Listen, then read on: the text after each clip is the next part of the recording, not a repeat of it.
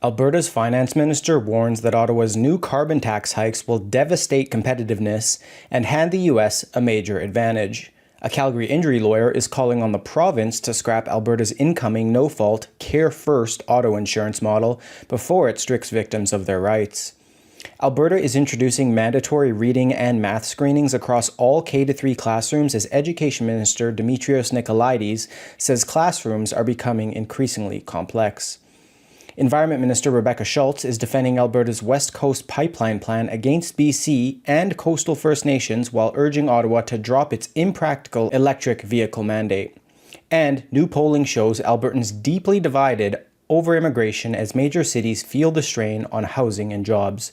All that and more on this week's Alberta Roundup. I'm your host, Isaac Lamoureux, and let's jump right into our first story. Alberta Finance Minister Nate Horner says Mark Carney's latest budget plan will undermine the province's competitiveness and punish its energy sector. Budget 2025 raises industrial carbon prices from $80 per ton this year to $170 per ton by 2030 and lays out a long-term framework for annual increases until 2050. The budget also grants Ottawa new powers to impose its federal backstop on provinces that don't meet its standards, allowing the federal government to reimpose its own carbon pricing system when it deems a provincial plan insufficient. I asked Horner about his reaction to the industrial carbon tax just hours after the budget was released, and just take a quick listen of what he had to say. With the industrial carbon tax set to increase until 2050, will Alberta's energy sector suffer specifically compared to other jurisdictions, countries without such a tax? Yes. Yeah, flat out. Like our biggest competitor just south of the border doesn't have this. So it depends a lot on how high we're going, but also some of the other pieces around, stringency and how this backstop they're trying to create, looks in detail. Horner also said the province is still waiting to understand how the budget's new carbon framework interacts with Ottawa's planned emissions cap, which may be scrapped if large-scale carbon capture projects expand as expected. He said, quote, "They reference things like not needing an emissions cap, but we're going to need to understand how they'll tangibly get there." Premier Danielle Smith has previously referred to a grand bargain she was working on with Ottawa. It includes working towards revising or repealing 9 laws that her government says are standing in the way of prosperity, as well as moving forward on the Pathways project and the West Coast pipeline. Smith commented on the emissions cap developments shortly after the budget, stating that judgment was reserved until negotiations with the Liberals on a memorandum of understanding, which she hopes will be finished by mid-November. She said, quote, "We will then have a much better idea regarding whether or not the current federal government is serious about repealing or overhauling the various policies and laws that have devastated Alberta's economy over the past decade and put the very stability of Alberta's electricity grid at existential risk." Smith concluded by adding that she's hopeful for a positive outcome. Saskatchewan and Alberta have both previously announced plans to pause or delay future industrial carbon tax increases, moves that could now trigger federal intervention. Horner said higher costs will make it harder for Alberta to attract investment and compete internationally. He also pointed to uncertainty around a possible carbon pipeline, the absence of a new West Coast bitumen pipeline, and Ottawa's review of greenwashing rules. Horner added that Ottawa's growing spending and debt levels raise broader concerns about economic competitiveness. He said, quote, "They're big numbers."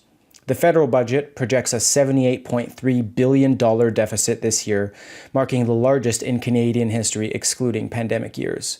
Total debt is projected to reach $1.35 trillion by the end of this year, increasing to $1.59 trillion in 2029-30. Under the Liberal plan, Canadian taxpayers will pay $55.6 billion in debt interest charges next year, rising to $76.1 billion by 2029-30. But for our next story, we'll look at car insurance in Alberta. A Calgary injury lawyer is demanding that the United Conservative Party adopt a popular policy resolution to scrap the incoming no-fault system, which he argues strips accident victims of their rights and empowers insurance companies. The resolution calls on the provincial government to repeal the no-fault insurance and revert back to a tort-based system. The resolution's rationale reads, quote, "Repealing the no-fault insurance legislation in Alberta and returning to a tort-based system aligns with conservative values by promoting personal responsibility and accountability, ensuring fair compensation based on fault, and reducing fraudulent claims.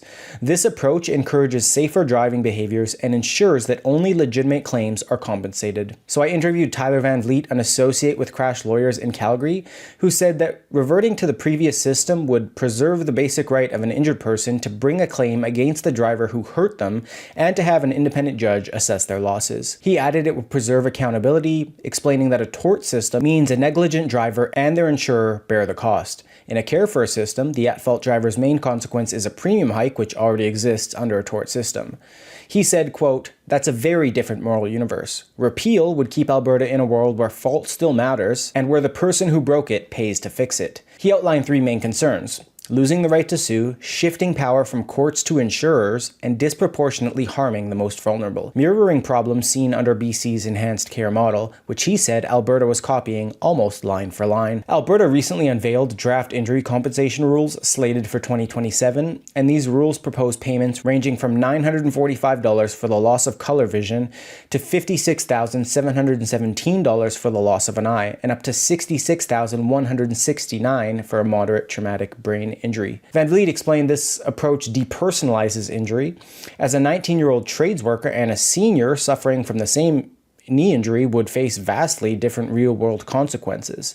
He said a judge could do justice to these differences, unlike a chart. He said, quote, "If you drive negligently and injure someone, you, through your insurer, are required to make them whole. That's the civil law equivalent of do the crime, do the time. No fault, by design, removes that link. Everyone's claims are socialized through their own insurer, and the at-fault driver mostly faces a rating change." The tort system aligns with conservative values by emphasizing accountability and the rule of law. Removing most legal scrutiny through Care First primarily benefits large insurance companies. Van Vliet said, quote, "It's no surprise that every other jurisdiction in Canada that has brought in no fault has done so under socialist provincial governments. Once you abolish the right to sue for auto injuries, it's very hard to get it back. BC is now locked into years of litigation and political fights over enhanced care's constitutionality and fairness. Alberta doesn't need to repeat that experiment just to discover the same problems." Alberta Premier Danielle Smith previously defended the change, arguing that people are going to be unhappy either way. The Alberta UCP initially promised the change would save Albertans $400 a year, but later omitted that promise.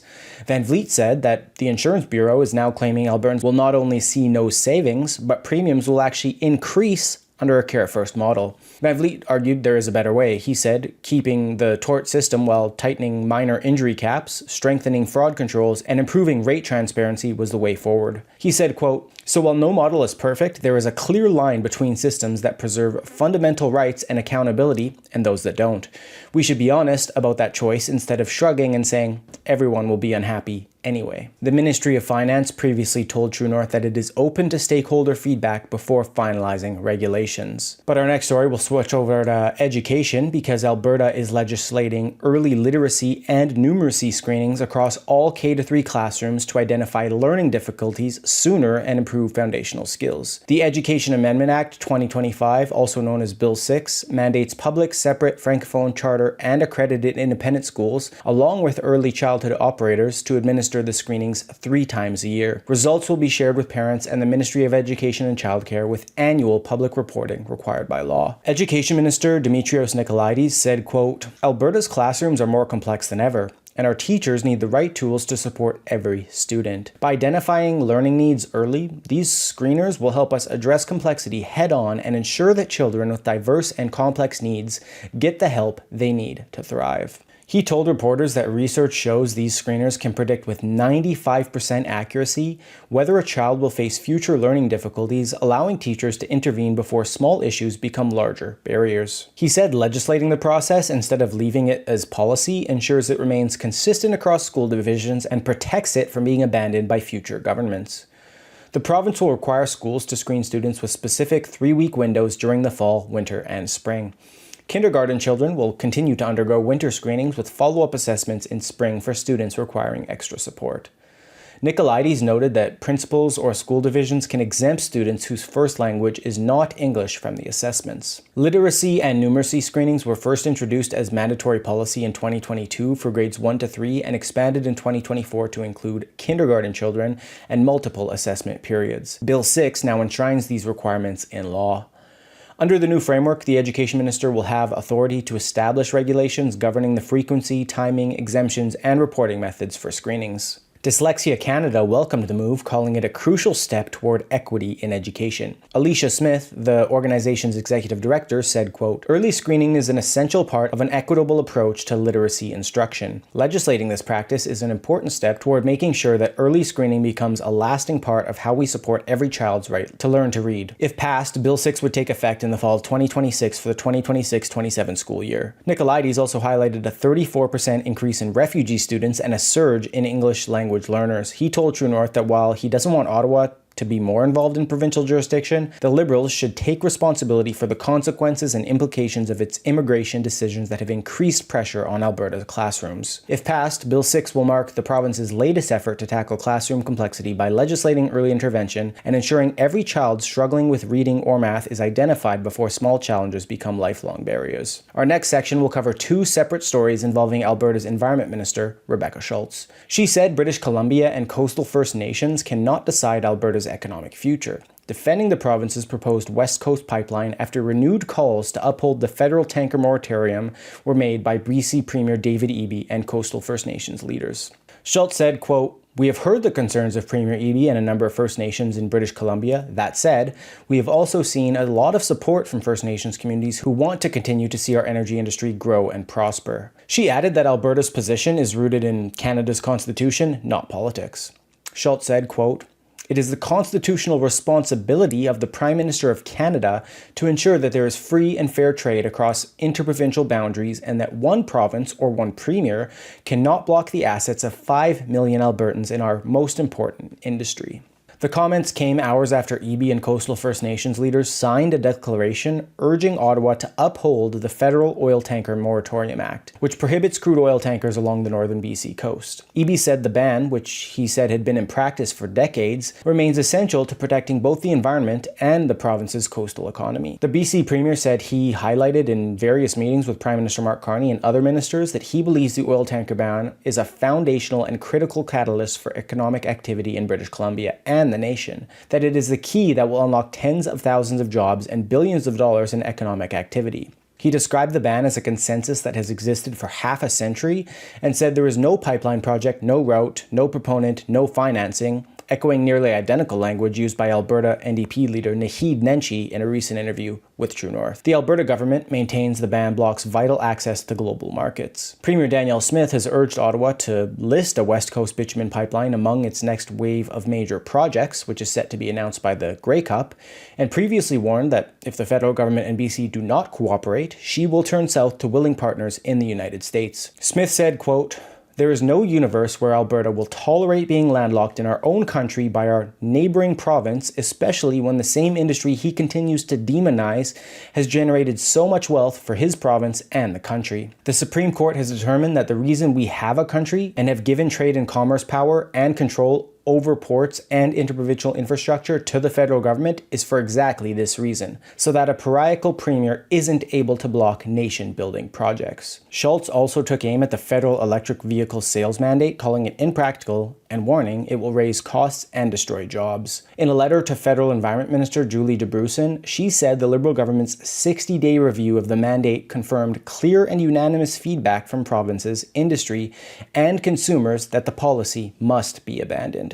She wrote, quote, "Over those 60 days and for many years before that, your government has heard the same clear message from provinces, territories, municipalities, industry, and consumers alike. This mandate is impractical, expensive, and must be abandoned. Rarely has a government received such clear and unanimous feedback from such a broad range of Canadians." She added that if the Liberals ignore the overwhelmingly negative feedback, they would be responsible for lost investment and manufacturing jobs, more expensive vehicles, and stranding Canadians in rural and northern Canada. Schulz said the mandate would strain electricity grids, limit consumer choice, and leave rural Canadians stranded. She said, quote, "Canadians want practical, balanced, affordable solutions, not costly experiments driven by ideology." Schulz urged DeBrusen to move past the divisive approach previously championed by former Environment Minister Stephen Guilbeault. Prime Minister Mark Carney paused the mandate in September, announcing a 60-day review to identify future flexibilities and ways to reduce costs. The policy would have required 20% of new vehicle sales in 2026 to be electric, rising to 60% by 2030 and 100% by 2035.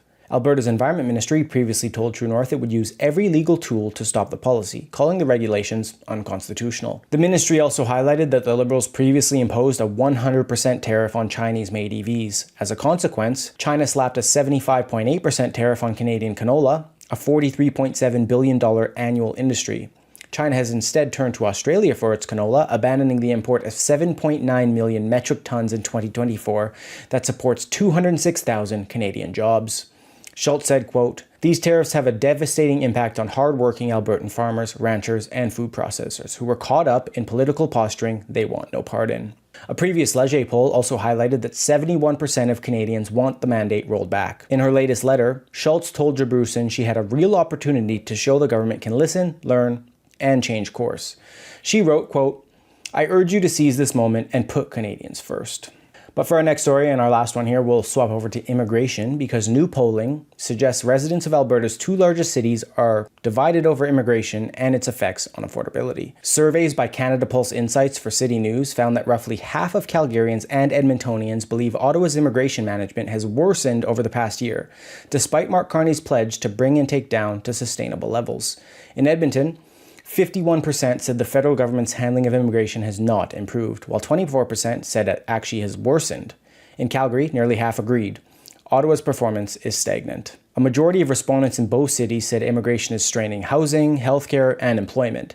64% of Calgarians and the same share of Edmontonians blamed immigration for worsening housing affordability. In Calgary, 59% said job competition is caused by high levels of foreign worker permits. In Edmonton, that number rose to 69%. Despite frustration, most residents still support immigration in principle, although 35% of Calgarians and 37% of Edmontonians said they would halt it entirely for the foreseeable future. And Premier Danielle Smith has linked Ottawa's immigration policies to rising costs. She said, quote, "The reason why housing prices have spiked, why food affordability has spiked, and why affordability on every front has spiked is because you have too many people chasing too few jobs and homes." Alberta Immigration Minister Joseph Scow similarly added that Canada is on pace to accept more than 1 million new immigrants this year, with over 3 million temporary residents already here. He said, quote, "Employment, housing, healthcare, and other public services are under pressure due to Canada's open border policy." But that wraps up this week's Alberta Roundup. My name's Isaac Lamoureux. Have a great weekend. Thank you and God bless.